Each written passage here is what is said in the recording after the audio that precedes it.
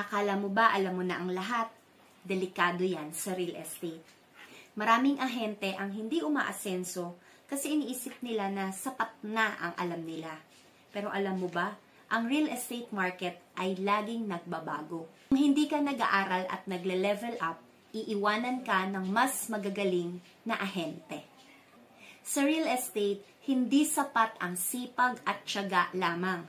Kailangan mong matuto at mag-adapt para lumaki ang kita mo. Bakit mahalaga ang continuous learning? Una, nagbabago ang market trends. Baka dati, mabenta ang high-rise condos.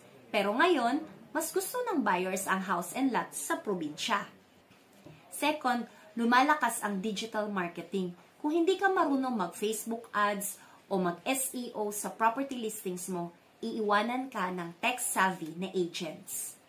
Pangatlo, may bagong real estate laws at policies. Isipin mo kung mali ang information na binigay mo sa client mo, baka mawalan ka ng credibility. Pang-apat, mas mahusay kung makikipag-negotiate. The more you learn about sales techniques, mas malaki ang chance mo makaklose ng high-ticket deals. Ano ang dapat mong gawin?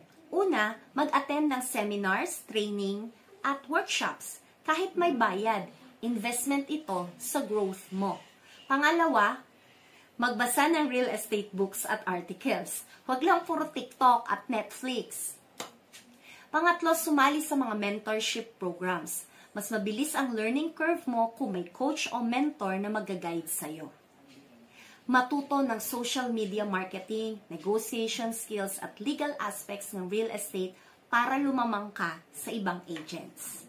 Kung gusto mong umasenso sa real estate, dapat willing kang matuto.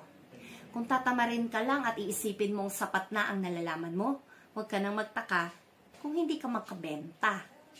The best real estate agents never stop learning. Kaya kung seryoso ka sa tagumpay mo, invest in yourself.